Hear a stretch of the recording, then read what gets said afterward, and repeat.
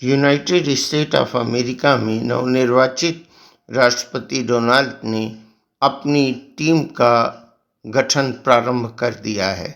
जैसा हम बता रहे हैं कि उनकी गठरी धीरे धीरे खुल रही है। इस क्रम में हम बता दें कि 12 अप्रैल सन 1981 में अमेरिकी समोआ के एक द्वीप में जन्मी तुलसी गैबार्ड को भी उन्होंने अपनी महत्वपूर्ण टीम में अधिकारी के रूप में नियुक्ति दी है।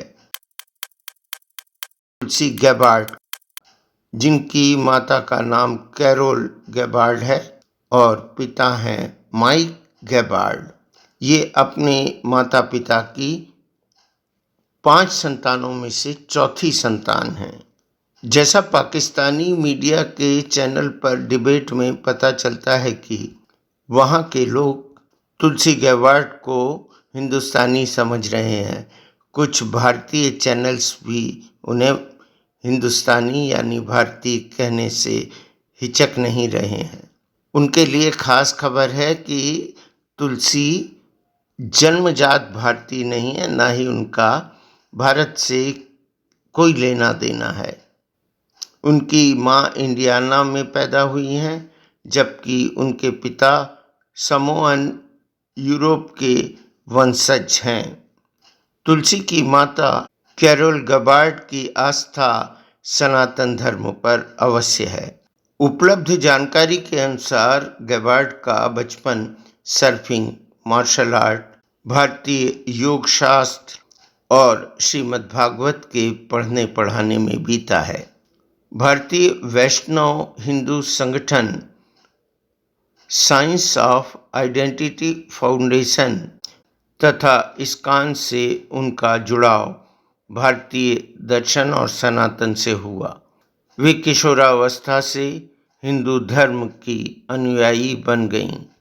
गैबार्ड ने अपना हाई स्कूल तक का सफ़र घर से पढ़कर पूरा किया और उसके बाद फिलीपींस के ऑल गर्ल्स बोर्डिंग स्कूल में पढ़ाई की। अमेरिका में रहकर वे शुद्ध शाकाहारी हैं। उनके जीवन का अधिकांश हिस्सा हवाई द्वीप में भी बीता है।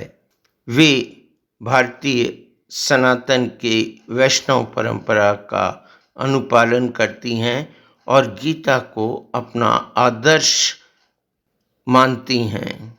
आप सब जानते हैं कि नरेंद्र मोदी जी, जो वर्तमान में भारत के प्रधानमंत्री हैं, अपने किसी भी विदेशी मेहमान को गीता भेंट करते हैं। 2014 में उन्होंने अर्थात तुलसी गैबार्ड ने वर्तमान प्रधानमंत्री को अमेरिकी दौरे में श्रीमद् भगवत गीता भेंट की थी।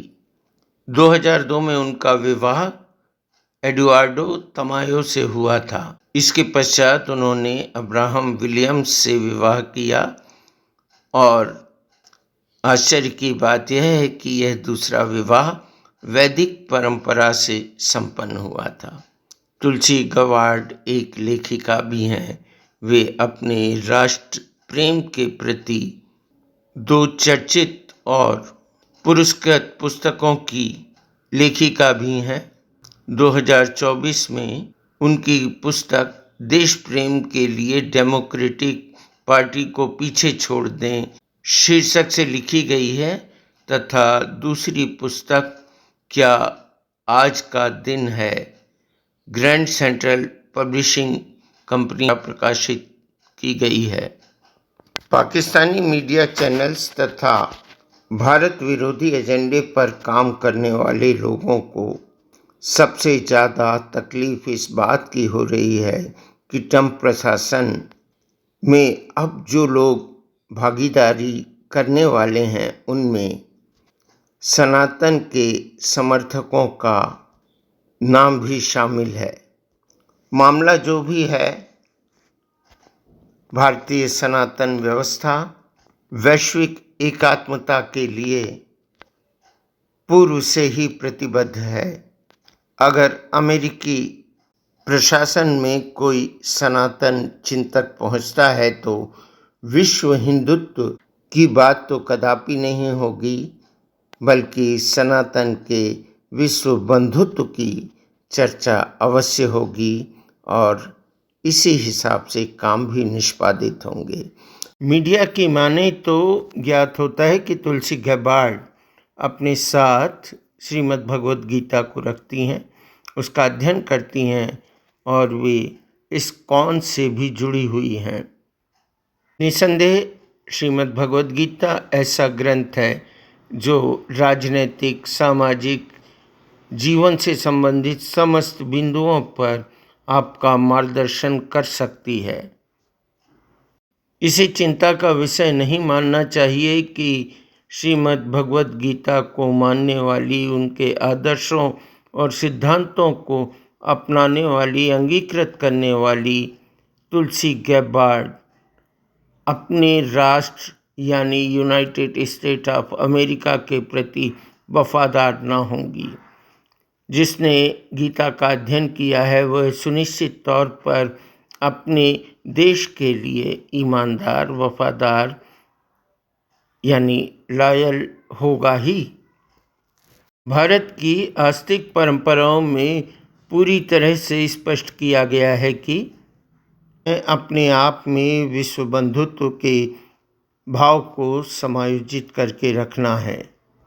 रिलीजियस प्रैक्टिस भी इसी तरह से अपना काम करती है, तो किसी को चिंता करने की ज़रूरत नहीं है।